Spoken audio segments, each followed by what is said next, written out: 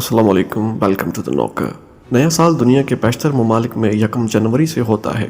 बुनियादी तौर पर इस दिन को नया साल मानना कोई साइंसी या फिर फल्कियाती वजूहात की बिना पर नहीं बल्कि तारीखी तौर पर है।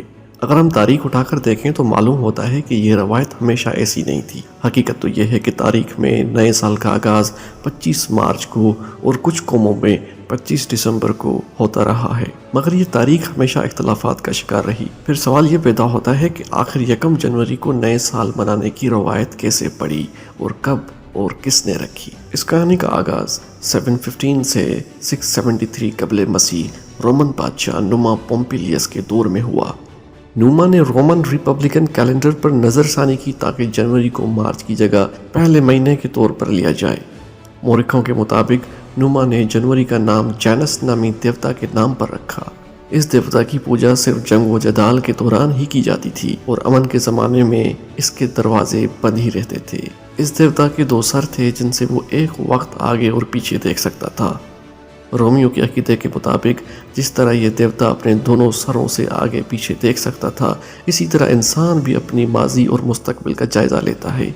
अहले रोम ने देवता जैनस का एक शानदार माबद तामीर कर रखा था। अहले रोम कोई काम शुरू करने से पहले इस देवता से मन्नत मांगते थे, क्योंकि उनका ख्याल था कि जैनस देवता से मन्नत मांगने से हर काम बखैर व खूबी बाय तकमील को पहुंच जाता है। चुनांचे आमतौर पर लोग अपने घरों के दरवाजे की हिफाजत के लिए इसी देवता से दुआएं मांगते थे। कई सदी तक जनवरी साल का 11वां महीना रहा। 46 कबल मसीह में रूमी शहंशाह जूलियस सीज़र ने जनवरी में एक दिन का इजाफा किया और उसे साल का पहला महीना बना दिया। जूलियस के इस कैलेंडर को जूलियन कैलेंडर के नाम से शोहरत मिली और इसमें 1 जनवरी को साल की इफ्तिताही तारीख के तौर पर बरकरार रखा गया। तहम 5वीं सदी ईस्वी में रोम के जवाल के बाद बहुत ईसाई ममालिक ने कैलेंडर में तब्दीलियाँ की ताकि उनके मजहब का ज़्यादा अकास हो और 25 मार्च को ऐलान के त्यौहार और 25 दिसंबर क्रिसमस नए साल के आम दिन बन गए। नाज़रीन, हम आपको यहाँ बताते चलें कि 25 मार्च को फीस्ट ऑफ द एनंसिएशन मतलब ऐलान का त्यौहार है। ये क्रिश्चियन दुनिया में दिन इसलिए मनाया जाता है क्योंकि उनका मानना है कि इस दिन को हज़रत जिब्राइल अलैहिस्सलाम ने बीबी मरियम अलैहिस्सलाम को हज़रत ईसा अलैहिस्सलाम की माँ होने की खुशखबरी सुनाई।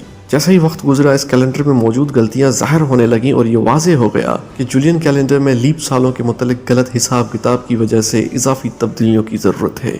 कई सदियों के दौरान इस गलती का मजमूई असर गलत मौसम में मुख्तलिफ वाक़ियात का सबब बना। इसने ईस्टर की तारीख का तयन करते वक्त भी मुश्किलात पैदा की। इन गलतियों को देखते हुए पोप ग्रिगोरी 13 ने एक तरमीम शुदा कैलेंडर मुतारिफ करवाया।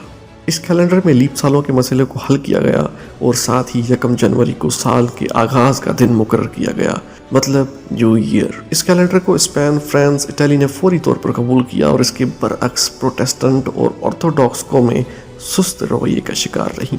यहाँ आपको एक बात बताते चले कि 1752 से पहले तक बरतानिया और उसकी अमरीकी कॉलोनी भी 25 मार्च को ही नया साल मनाती थी। ग्रिगोरियन कैलेंडर को 1752 के बाद कबूल किया गया था। वक्त के साथ साथ गैर मसीही ममालिकों ने भी ग्रिगोरियन कैलेंडर का इस्तेमाल शुरू कर दिया था।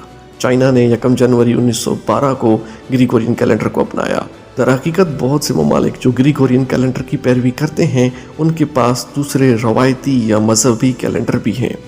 कुछ कौमों ने कभी भी ग्रिगोरियन कैलेंडर को नहीं अपनाया और इसी तरह साल के आगाज़ 1 जनवरी के अलावा किसी और तारीख से करते हैं। मिसाल के तौर पर इथोपिया अपना नया साल, जिसे इनकुततश कहा जाता है, सितंबर में मनाते हैं। नाज़रीन, उम्मीद है कि आपको ये हमारी इन्फॉर्मेटिव वीडियो पसंद आई होगी। मज़ीद इस तरह की वीडियोज़ के लिए हमारे चैनल को सब्सक्राइब करें। अपना ख्याल रखें। अल्लाह हाफिज़।